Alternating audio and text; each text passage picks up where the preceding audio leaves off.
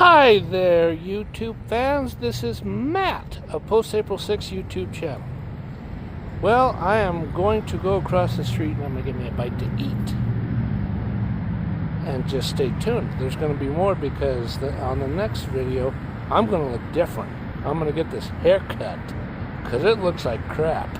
It really does. It makes me look like a slob. Anyways, stay tuned.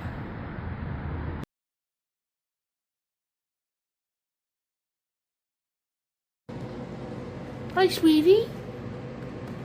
Hi there. How you doing? Yeah? You're on YouTube again. Yeah, you're on YouTube, sweetie. Hi there, YouTube fans. It's Matt. Look at this hair. It's all cut. It's all cut. Yeah, I finally got it done because my hair was really looking messy. No matter how well I comb my hair, I look like a slob. Ugh. And now I'm going to try something really delicious that is new at Trader Joe's that I have never bought before. It's a McMuffin.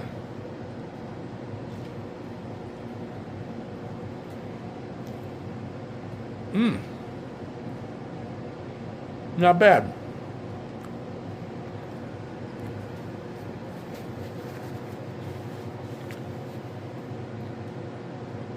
I personally think it's better than an actual McMuffin. It's a egg, cheese, and sausage muffin. Not McMuffin. That McMuffin stuff is poison. You don't want to eat at McDonald's anymore. It's cancerous food. Yuck. Yuck. Okay. Back to this good food.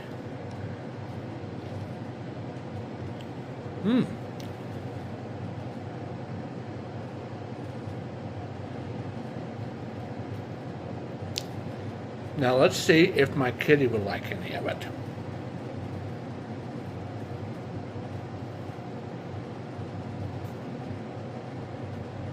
There you go, sweetie. There's a little bit of sausage. Oh, you're eating it. You're eating it. The fact that you're eating it, that's a good sign that it's really good. Yeah. How about that? Yeah, I purchased this today while I was at Trader Joe's getting my groceries. Because what happened was first I went to the post office to mail out a couple of letters that I had paid for with my own postage.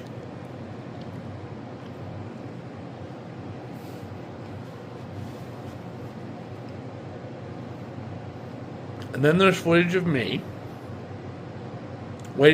not waiting for a bus. Well, first I took the RTD bus to the stop I needed to go eat at Chick-Fil-A.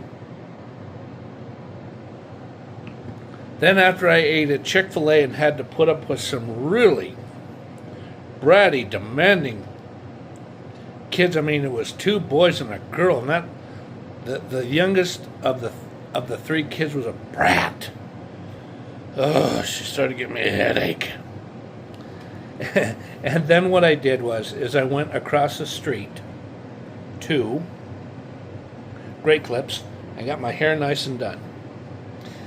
Got it all cut and trimmed down. And then after I was done there, I took a Uber ride to Trader Joe's. I reheated it, and now let's see how much better it tastes. Oh, there.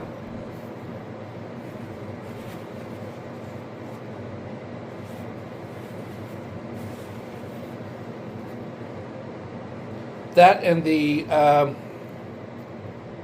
English muffin is not as hard.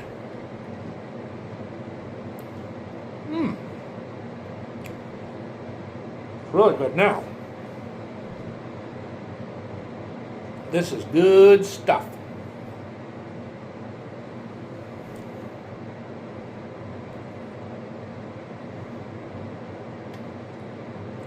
Yeah, if there's a Trader Joe's wherever you live in the United States, there's a very good possibility they'll carry this.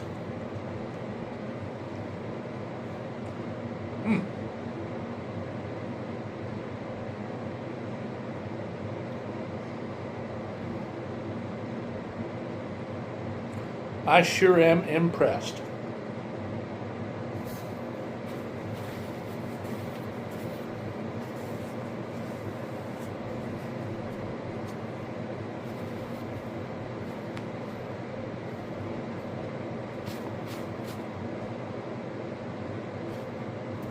Now that I have finished the meal,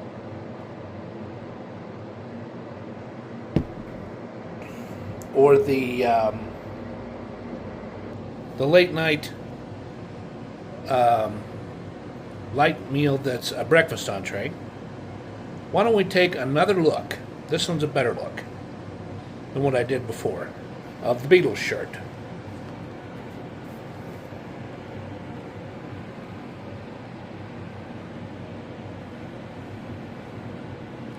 See, over there, or over here, that's John Lennon. Over there, that's Paul McCartney. This, I believe, is Stuart or Stu Sutcliffe. And I believe this guy right here, even though you can't see his face as well, is Pete Best. Those were the original members of the Beatles until they became famous. Well, that's not quite accurate. Let me correct that. Stu Sutcliffe died, I believe, in 60, somewhere between 59 and 61. And he died of a brain hemorrhage.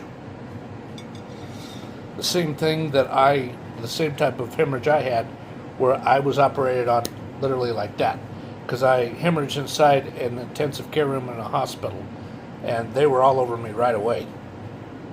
And then they had to go through the preparation things that they have to do in an operating room, and then they rushed me into the operating room as fast as they could get me in there, and they began the surgical, all the procedures they got to do the extensive brain surgery. Okay. So anyways, what happened was they, shortly after Stu died, they got George Harrison. And then in the late part of 1962,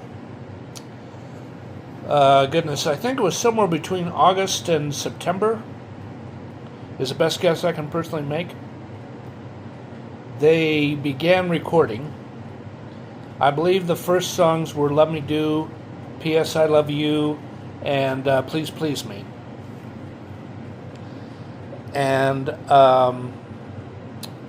then what also happened before they really started to record things in earnest was they got rid of Pete Best, because Sir George Martin strongly stated to the Beatles, hey, Pete Best don't keep in time very well with his drumming. He's not going to work out. That your albums aren't going to sound very good, because a lot of people notice the drum, the percussion, the drumming. And they picked up a man who's still popular over 60 years later, and that is Ringo Starr. Yep. And they started to record the album in earnest, like I've already said. And the first thing they did was they released the single. It was Love Me Do on one side and P.S. I Love You on the opposite side. That was their very first single. That was released in, I believe, in 1962. In fact, I'm going to go ahead and go take a look, and I'm going to get a exact definitive date when that single was released, and I'm also going to find out when Please Please Me, their debut album, was released. So I will be back. Okay, I have returned, and I spent at least 5 minutes, probably more like 10 minutes, doing some research on this through Wikipedia. And here's what I found out. The very, very first recording, and this was most likely with John, Paul, George, and Pete Best, before Ringo Starr was taken on, was on June 6th, 1962 at the EMI Studios, which is also known as Abbey Road Studios. And their very first single that made the Beatles actually an international phenomenon and therefore created, what's called Beatlemania, and make them one of the most popular rock group ever, was October 5th, 1962. And it was Love Me Do and P.S. I Love You, like I've already stated. And then on January 11th, 1963, there was a single called Please Please Me and Ask Me Why. And their actual debut album that had, I don't know the exact number verbatim, but probably at least 10 to 14 different songs. Their debut album was released on the 22nd of March, 1963. Now, these release dates that I'm stating, it wasn't international across the board everywhere. These were United Kingdom, England release dates. And if the United States wanted to know more about them,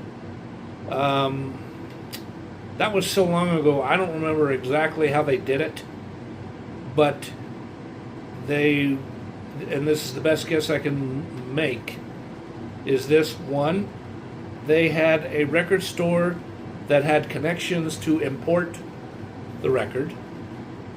Two, they had a friend who had, the friend was somebody that went to England or lived in England, and it was somebody, and the person that would lived in the United States who knew somebody who either traveled to England or lived in England, something that would be their connection, would buy the record for them and then ship it to them. And shipping it to them would probably take at least 3 weeks back then. 3 weeks, 3 to 6 weeks to get their,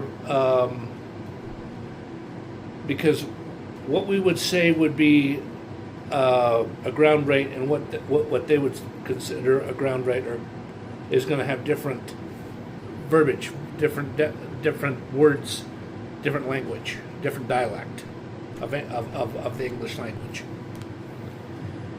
I would assume that would be third class, or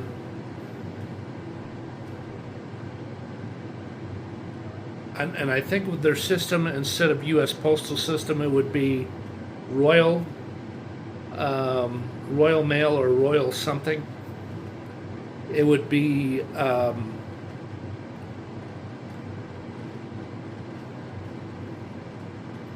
regular ground rate or second rate or third rate or economy.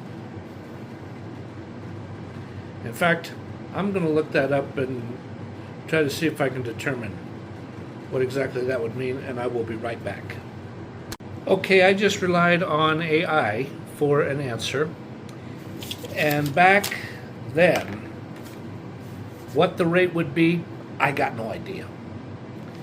A parcel rate, because a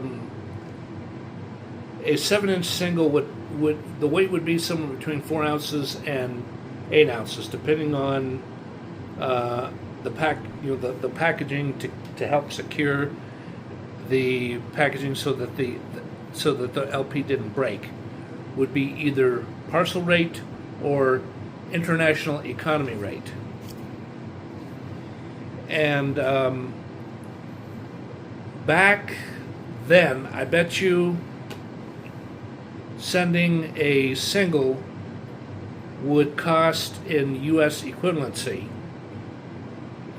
U.S. currency equivalency, that is, probably at least $1.75, or at least $1. $1 back in 1963 would be the equivalency of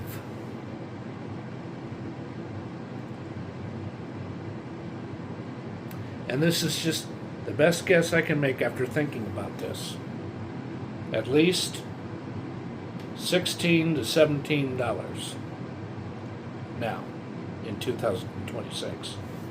Yes. And they did a lot of things when they were the Beatles, because they were enjoying making money and they were enjoying the popularity, but I bet you at times it really got to be a burden, because they just wanted some peace and quiet in a hotel, but they could hear people outside, girls just yelling and young kids just yelling, screaming, "We want the Beatles, we want now," or whatever they were saying. I mean, they were shouting at the top of their lungs. Ay, ay, ay. Which is why they probably had a few belts of hard liquor, just to get themselves to calm down and feel a little bit tranquil. And probably after about 1964, marijuana.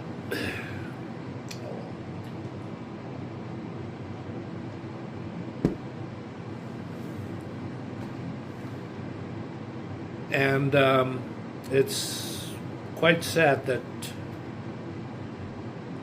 quite unfortunately, John Lennon, after December 9th, 1980, he was shot dead. He was shot at least 4 or 5 times in the chest, or 3 to 4 times in the chest, and at least once or twice in the back. Yeah, he bled to death. He died. One of the bullets just barely missed his heart or something, and in the emergency room while John Lennon lay there dead, they tried other efforts to resuscitate him, and then the surgeon did what's called a heart massage,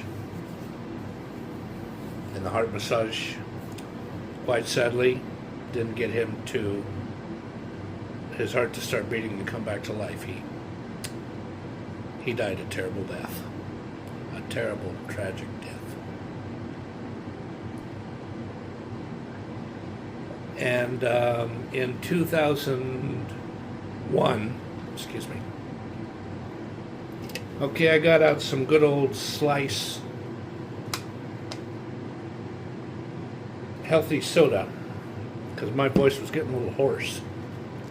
I think it's because, the reason why I've been feeling more hoarse lately is due to the fact that it hasn't snowed very much here, and the climate's more dry than usual. Yeah, and it's also the fact that I'm getting older. Okay, so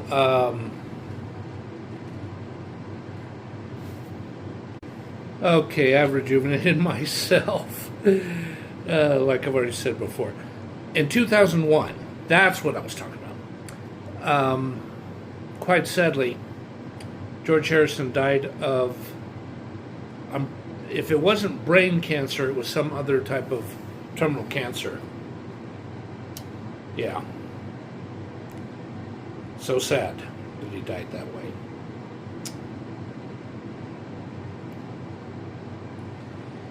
And the only 2 members, as a lot of you know, but if a few of you don't know much about Beatles, I'll say this anyways. The only 2 members of the Beatles that are left, that are still alive, are Paul McCartney, and he is 83, and I think it's sometime in June of this year, 2026, he'll be 84. And the other man that is, he's actually truly the oldest of the Beatles. It wasn't John Lennon. It was Ringo Starr, because Ringo Starr was born a few months before John Lennon. And not John. Ringo Starr is 85 years old. And sometime in the next few months, he will be 86. Yep. And I bet you he'll still be alive. I mean, that guy's really got 9 lives, that's for sure. The Lord really likes him.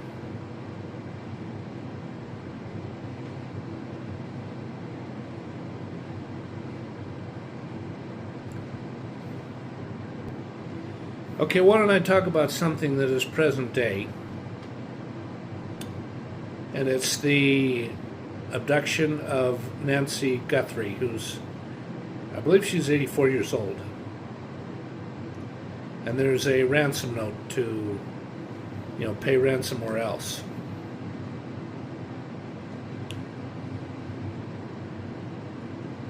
I just found out as of about, about a half hour ago, roughly. Half hour from now. The man with the ski mask over his face, that they don't know for sure exactly who he is. And I also heard that one of the gloves he had on has been found. I guess what they are trying to do is they're trying to find out exactly who he is, and they're looking for him. Yeah. Because I have a strong hunch, if he didn't plan the whole thing himself, he's one of the key accomplices that pulled off intruding into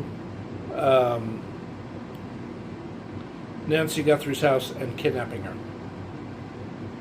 Yeah, against her will. Yep. And I think that sooner or later they're going to find him. They're going to find the people, and they're going to bust them. And they're going to bust them, but good. It's not a little slap on the wrist where they just go to jail for 2 or 3 years. It's probably more like at least 10. At least that's what I strongly feel is going to happen.